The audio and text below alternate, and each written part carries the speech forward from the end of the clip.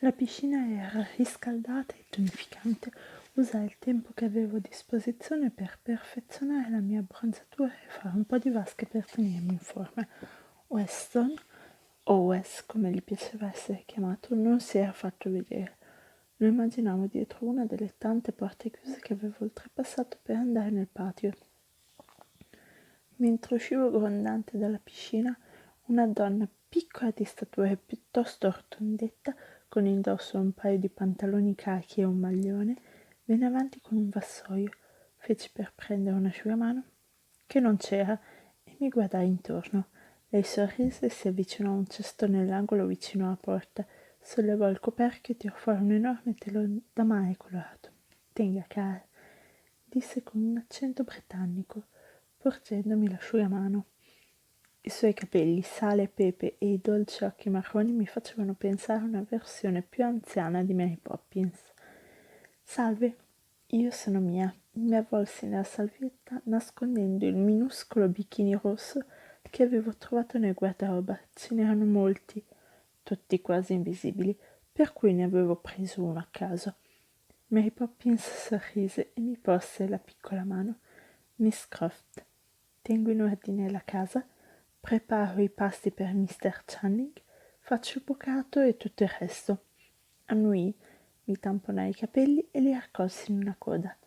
Volevo portarle uno spuntino, presentarmi e dirle che se ha bisogno di qualcosa non deve fare altro che chiamarmi premendo il tasto personale sull'interfono montato in ogni stanza. Indicò un pannello nella parete. Farò in modo di fornirle ogni giorno il programma delle attività sue e di Mr. Channing, così potrà organizzarsi. Vuole che glielo faccia scivolare sotto la porta al mattino? Mi strinse nelle spalle. Come lei, ero un manodopera assunta, solo che il mio compito era essere carina e tenere lontane le ragazze ricche, a ciascuna la sua croce. Come preferisce, sono accomodante. Miss Croft mi squadrò da capo a piedi e poi piegò la testa di lato. Un sorriso si dipinse sulle sue labbra esili. Ho l'impressione che lei sia tutto meno che accomodante, cara. Mi strizzò l'occhio. Penso che ci sarà da divertirsi, disse prima di girare sui tacchi e tornare da dove era venuta. Chissà cosa intendeva.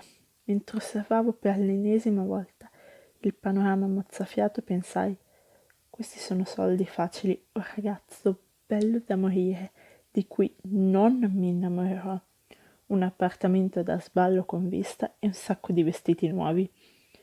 Per il momento sembrava un affare d'oro. Dalla porta aperta del patio vidi un orologio appeso in cucina e calcolai che avevo un'ora e mezzo prima che il surfista sexy e ricco avesse bisogno della sua nuova compagna per il mio primo giorno di lavoro. Decisi che l'avrei sbalordito anche senza i calze natalizi. Mr. Channing arrivò alla mia porta, bussò con energia e poi entrò senza aspettare una risposta. «Prendere nota? Non vestirsi all'aperto o rischi di dare spettacolo davanti al signore del castello». Anche se qualcosa mi diceva che non gli sarebbe affatto dispiaciuto, a giudicare dal modo in cui i suoi occhi mi squadrarono da capo a piedi, non una, ma 2 volte. La vista non era male nemmeno dalla mia parte. Era elegantissimo nel suo abito nero di alta sartoria. Portava una camicia inamidata con il colletto aperto che lasciava scoperta una sensuale porzione del suo collo virile. Mi mostrò 3 cravatte mentre contemplava la mia mise. Io indossavo un abito da cocktail color melanzana, modello halterneck, con collo alto bordato di perline, vertiginosa apertura centrale e una linea morbida e seducente sui fianchi. Non avevo mai indossato niente di così sexy, elegante e costoso. Mi sentivo Elizabeth Taylor in una delle sue pubblicità dei diamanti. Il vestito si fermava pudicamente al ginocchio e, anche se ero un po' abbondante di seno, quell'abito era aperto sulla schiena e dunque non permetteva di portare il reggiseno. Mi teneva sulle tette con eleganza grazie al sostegno interno. Ero e soprattutto mi sentivo bellissima per la prima volta da tanto tempo. Wow, fu tutto ciò che disse Wes con un'espressione ammirata sul volto splendido. Mi mostrò le 3 cravatte. Quale scelgo? Disse, trattenendo il fiato, prima di schiarirsi la gola. Sorrisi. Amavo riuscire a sorprendere. Potevo essere una stronza motociclista, ma sapevo mettermi in tiro. Le cravatte erano belle e una si intonava meglio delle altre con il mio vestito, ma invece di suggerirgli la scelta, gli alzai il colletto della camicia e poi lo appiattii sul bavero della giacca. Mi piace senza cravatta, sei sexy. Non c'era ragione di non essere onesti. Era davvero sexy. Wes piegò la bocca in un sorriso molto erotico e io mi morsi il labbro sentendo gli slip di pizzo bagnarsi. Merda, se non la piantava gli sarei saltata addosso, come mi aveva ricordato Ginelle con tanta brutalità quella mattina. Erano mesi che non battevo chiodo. Anzi, a dirla tutta, era almeno un anno. Dopo Blaine ne avevo avuto abbastanza degli uomini e avevo passato intere settimane a dirmi che potevo vivere come una suora, a patto di avere sotto mano un vibratore e tanto impasto per i biscotti. Trovandomi di fronte a quell'uomo, non ero più sicura che l'astinenza fosse una decisione saggia. In quel preciso momento ero pronta a tuffarmi tra le braccia del surfista sexy. Mia madre non sarà contenta, mormorò, prima di afferrarmi il polso e attirarmi a sé. Barcollai sui tacchi vertiginosi che la sua personal shopper aveva comprato e li franai addosso. Le mie mani atterrarono sulla dura parete di muscoli che si sentiva anche sotto la giacca e la camicia. Wes abbassò lo sguardo su di me mentre io lo alzavo su di lui. Fai sempre quello che ti dice la mamma, lo provocai. Lui scoppiò a ridere e i suoi occhi assunsero una splendida sfumatura intensa.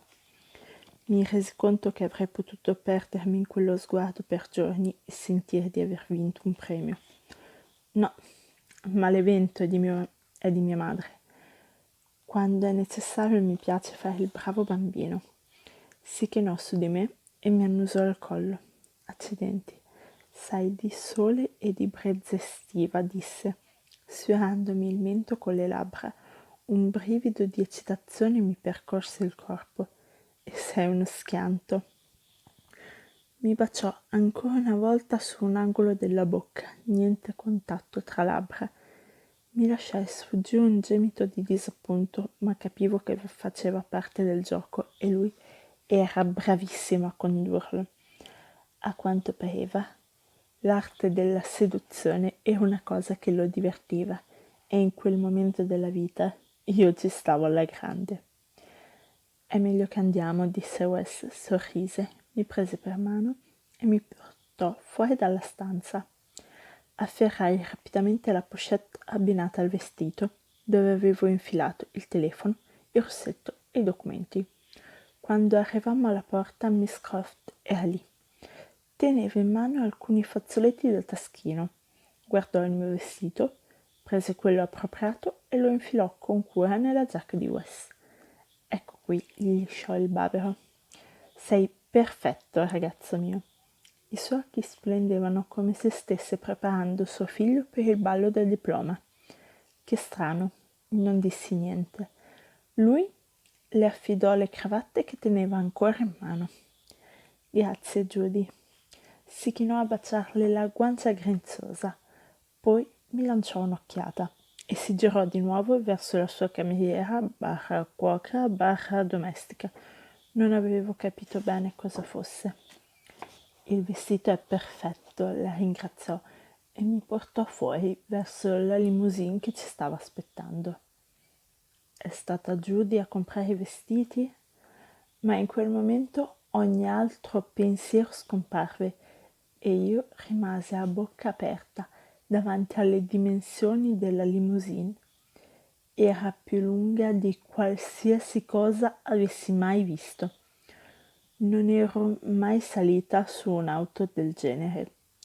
Wes piegò la testa di lato e mi guardò con un sorriso enigmatico. «Sei mai stata in una limousine?» chiese divertito. Io raddrizzai le spalle e mi avvicinai alla macchina come se l'avessi fatto milioni di volte. «Certo!» Aprì la portiera, lui si portò una mano sulla bocca e scoppiò a ridere. Feci una smorfia, a quanto pareva non avevo capito lo scherzo. «E allora perché stai cercando di salire sul sedile del passeggero?» Indicò la portiera che stavo tenendo aperta. Guardai dentro e vidi il volante. Quando mi ricomposi c'era un signore in quella che doveva essere un uniforme da autista che teneva aperta la portiera posteriore. «Lo sapevo, volevo solo chiedere all'autista dove stiamo andando», dissi paonazza. «Come no?» Mi posò una mano sui fianchi e mi aiutò ad entrare con una risatina. Una volta seduti mi offrì un calice di champagne che accettai prontamente. «Grazie». Sorrise e ne versò uno anche per sé. Brindammo. «A cosa brindiamo?» chiesi. «Alla nostra amicizia. Che ne dici?» Sorrise. Poi mi posò una mano bollente sulla coscia, molto più in alto di quanto avrebbe fatto un amico. Era una sensazione deliziosa, una buona amicizia. Abbassò gli occhi sulla mia bocca mentre io mi mordevo il labbro. «Amici di letto?» chiese alzando un sopracciglio per darmi un tono e accavallando le gambe. La sua mano scivolò in avanti di qualche centimetro, fino a sfiorarmi la coscia nuda. Wes mi lanciò un'occhiata rovente che mi accese di desiderio. «Oh, lo spero tanto», mormorò avvicinandosi. Per sventare i suoi piani e mantenere la lucidità, alzai il calice, me lo portai alle labbra e bevi un abbondante sorso di champagne. Wes si appoggiò allo schienale, grugnì e si aggiustò il cavallo dei pantaloni senza tanti complimenti. Io feci una risatina e lui mi fulminò con lo sguardo, ma poi sorrise. E sì, mi sarei goduta fino in fondo quel gioco del gatto con il topo, anche se al momento non avevo ben capito chi fosse il gatto e chi il topo. In fondo mi stavo divertendo troppo per darci peso. Arrivammo in una lussuosa tenuta a Malibu Hills, non lontano dalla casa di West. Mentre salivamo i gradini, vidi la gente muoversi al di là delle finestre. Erano tutti in gran spolvero e avevano un bicchiere in mano. Molte delle donne potevano avere la mia età, il che mi sembrò bizzarro visto che gli uomini erano più vecchi. «A proposito, cosa fai nella vita?» mormorai mentre Wes mi accompagnava al bar. Mi resi conto in quel momento che avevo ben poche informazioni su quel che avrei dovuto fare, a parte tenere a bada le sgallettate di Hollywood. «Scrivo sceneggiature», disse tranquillamente mentre aspettavamo che il cameriere ci servisse. Era strano trovare un autentico bancone da bar in casa di qualcuno, ma la stanza era enorme, quanto una sala da ballo, quindi forse non era poi così strano. Lampadari pendevano dal soffitto e una parete di finestre inquadrava una vista sull'oceano simile a quella che si godeva dalla casa di Wes, solo in scala molto più grande. Il proprietario di quella casa era straricco, a differenza di Wes, che era solo molto, molto ricco. Lui mi porse un altro calice di champagne. «Per il teatro?» chiesi guardandomi intorno. Vidi subito un gruppetto di ragazze in gran tiro e pronte a colpire. Avevano gli occhi puntati su Wes e sembrava che ci fosse dipinto sopra il simbolo del dollaro. Più che altro per il cinema. Ah, hai scritto qualche film che conosco? Mi girai verso di lui sorridendo. È probabile, ridacchiò, e bevve un sorso di liquido ambrato che aveva nel bicchiere. Avrei riconosciuto l'odore del whisky a 1 chilometro di distanza e non mi risvegliava ricordi piacevoli. Sussultai e mi girai di nuovo verso gli avvoltoi. Wes mi posò una mano sulla spalla nuda, lo sguardo preoccupato. Cosa c'è che non va? Feci un profondo sospiro e repressi il senso di frustrazione che provavo verso mio padre e la sua abitudine di alzare il gomito e giocare d'azzardo che mi aveva ficcato in quel casino. Scosse la testa. Niente. Lui mi alzò il mento con un dito e mi guardò negli occhi. Non è vero. È l'ultima volta che te lo chiedo, mi avvertì. Alzai le spalle con indifferenza. Odio l'odore del whisky. Tutto qui. Arretrai per sottrarmi al suo tocco. Lui posò il drink e fece un gesto al barista. Ho cambiato idea. Gin tonic, disse, e l'uomo annui. Non era necessario, iniziai, ma lui mi interruppe posandomi una mano sulla guancia, la accarezzò e sfiorò teneramente il labbro inferiore con il pollice. Indugiò in quel gesto e io avrei tanto voluto sfiorare il suo dito con la lingua e prendere un piccolo assaggio, ma non lo feci, spaventata da quello che lui avrebbe potuto fare o pensare. L'ho fatto volentieri, adesso lascia che ti presenti mia madre. Con uno sforzo sovrumano lo seguii. Il mio desiderio sarebbe stato correre fuori fino alla spiaggia e raggiungere l'oceano, dove mi sarei prontamente affogata. Che diavolo ci facevo a quella festa di pezzi grossi al braccio di un uomo che scriveva sceneggiature e aveva più soldi di quanti io ne avevo mai visti? Ero la figlia di un giocatore d'azzardo di Las Vegas, abbandonata dalla madre in giovane età, abituata a lavorare come cameriera e con una carriera di attrice da 4 soldi appena iniziata. Wes mi guidò tra la folla. Frammenti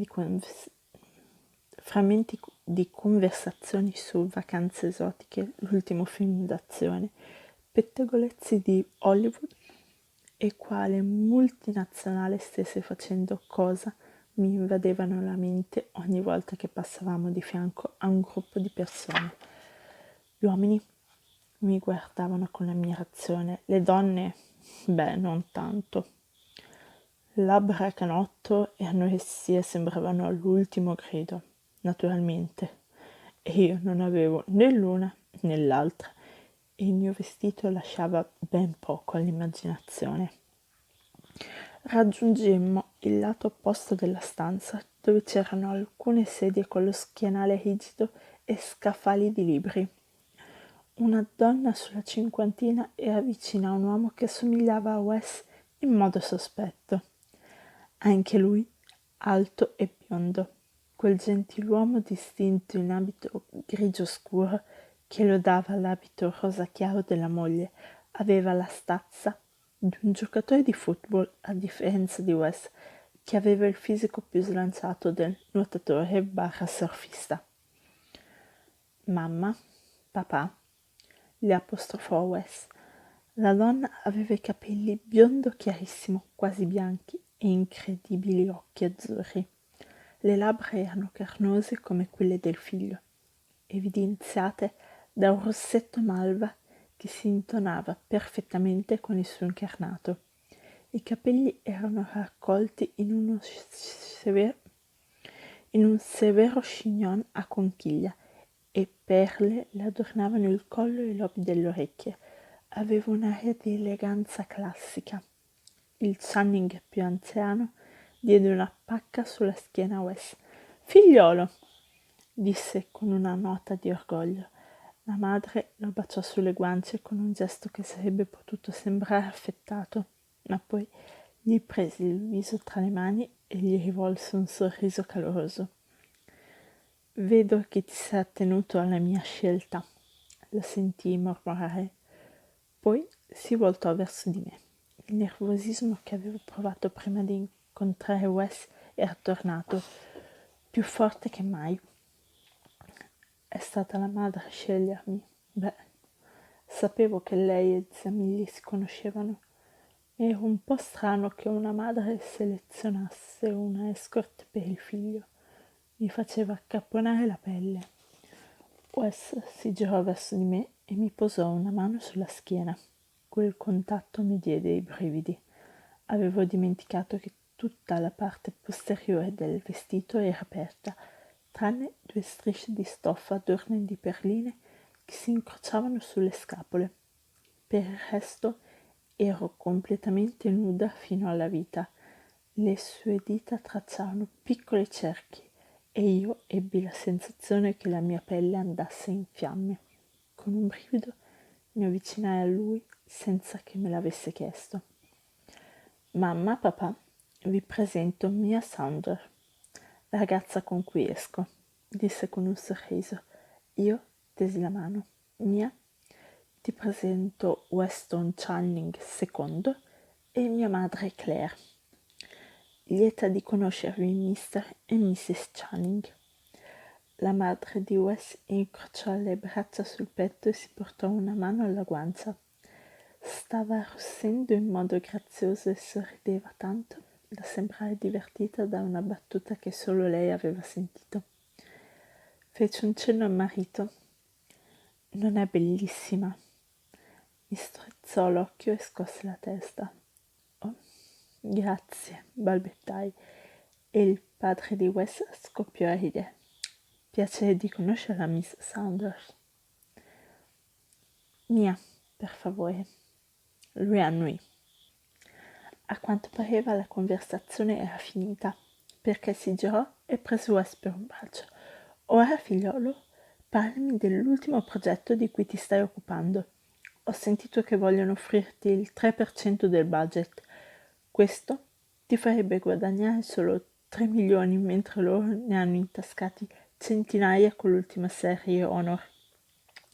Devi alzare la posta. La sua voce rimbombò fragorosa. La serie Honor. Weston Channing III aveva scritto Honor per la miseria, porca puttana. I suoi film erano stati grandissimi, colossali successi fin dall'uscita del primo, Jeremiah's Honor, 3 anni prima. Ne era uscito uno all'anno. La creatività con cui aveva mescolato un soldato che insegue l'amore della sua vita con abbondanti dosi di sangue, violenza, esplosioni, patriottismo e qualche audace scena di sesso aveva dato vita a un film epico che avevano sbancato il botteghino. Mi daranno il 10% del budget complessivo e la possibilità di girare. La voce profonda di Wes si fece strada nel mio stordimento, proprio mentre cercavo di riprendermi dall'aver scoperto di essere stata ingaggiata per un mese da un pezzo grosso del cinema. Un paio di donne si avvicinarono a Wes e 2 avvoltoi aspettavano pazientemente che lui le notasse. Una si arricciava una ciocca di capelli biondi tinti e indossava un orrendo vestito dorato senza spalline che le sosteneva al massimo le tette finte. La esaminai e rabbrividii. Era così scheletrica che le si vedevano tutte le costole. La bruna accanto a lei non era molto meglio. Tette rifatte. Una era addirittura più grande dell'altra, cosa che si vedeva benissimo attraverso la stoffa inesistente del suo vestito attillato.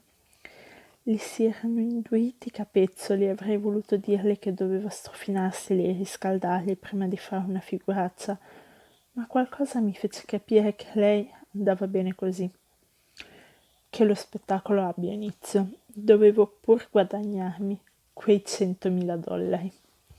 Solo il pensiero che Blaine ogni mese avrebbe ricevuto tanti soldi mi faceva venire voglia di vomitare. Una volta che si fosse ristabilito avrei preso mio padre a calci in culo per essersi messo di nuovo in una simile situazione. Ehi, tesoro, guarda chi c'è laggiù. Puntai il dito a caso dall'altra parte della stanza, ma con lo sguardo gli segnalai di guardare alle sue spalle. Wes intercettò il movimento dei miei occhi e si girò. Orca Giuliva numero 1 e Orca Giuliva numero 2. Sporsero i seni finti in segno di saluto, poi esibirono le grosse labbra iniettate di collagene. Wes mi mise un braccio intorno alla vita. Tu sì che sai tenermi in riga, grazie. Mi sfiorò la guancia con le labbra e io sorrisi. È un lavoro duro, ma qualcuno deve pur farlo. Quasi esplodevo di gioia, tanto il mio tono era finto e impostato. Wes si chinò in avanti e mi stampò un bacio bollente sul collo, poi inspirò. Grazie, mormorò dietro il mio orecchio. Era così vicino che sentii il calore delle sue labbra sulla pelle prima che si scostasse. Ci vediamo la settimana prossima al ballo di beneficenza, disse. Sua madre, sorpresa, si avvicinò a noi arrivando fin quasi a toccarci. No, così non va. Voglio conoscere meglio Mia. Fece uno di quei sorrisi da mamma che ti fanno sentire come se non ci fosse niente di più prezioso al mondo di te. Ovviamente io non ne avevo mai ricevuto uno, ma se per caso mi fosse capitato sarebbe stato quello che Claire Channing. Wes si irrigidì, mamma la mise in guardia. Lei gli lisciò il bavero della giacca e gli allacciò un bottone della camicia. Le sue premure mi fecero sorridere. Oh, tesoro, rilassati, so che Mia è solo un'amica, quindi non c'è niente di male se la porti al brunch domenicale, no? Disse con un tono che voleva farlo sentire in colpa. Per un attimo mi chiesi se fosse cattolica. Mia nonna aveva lo stesso tono ed era sempre seguito da una frase presa dalla Bibbia. Wes sospirò. Ci saremo. Solita ora? Chiese. Ecco il mio bravo bambino. Lo baciò sulle guance, poi si voltò e fece la stessa cosa con me. Tornammo verso il bar. Ho bisogno di un drink, disse Wes facendo strada. Non riuscii a trattenermi, scoppiai in una risata. Cosa c'è di così divertente? Fai sempre quello che ti dice tua madre, risi. Quando arrivammo al bar mi avvicinai a lui. Cocco di mamma, gli sparai nell'orecchio. Oh, piantala, mi sto davvero chiedendo se sia saggio aver accettato questa soluzione. Sarei potuto andare con una Barbie senza cervello, sai? Alzò un sopracciglio e le sue labbra formarono una piega severa, ma i suoi occhi lo tradirono, scintillavano ed erano pieni di ironia. Feci per rifilargli un'altra frecciata, ma nel muovermi inciampai nei tacchi a spillo. Lui mi afferrò al volo stringendomi a sé. Gli posai le mani sulle spalle e lui mi strizzò la vita. I suoi occhi passarono in un istante dal normale verde pastello a un lucente verde foresta. Si passò la lingua sulle labbra e io non potei evitare di fare altrettanto con le mie. Il calore delle sue mani sulla schiena nuda mi si insinuò nella pelle. Stando tra le sue braccia mi sembrava che l'intera stanza si fosse dissolta. Sentivo il suo cuore battere contro il mio petto. Tutum, tutum. Sei un attaccabrighe, disse stringendo le labbra e avvicinandosi ancora. Eravamo a meno di 10 centimetri di distanza, nel bel mezzo di un cocktail party d'affari, proprio davanti al bar dove chiunque poteva vederci. E tu sei un cocco di mamma, dici. Decisi di smorzare la tensione, sgusciando via dall'abbraccio con la velocità consentita dalle mie scarpe e mi arrampicai su uno sgabello. Dunque, questo il tuo gioco, eh? Sorrise e si portò una mano al mento, passandosi il pollice e l'indice lungo la mascella. E allora giochiamo, Miss Mia.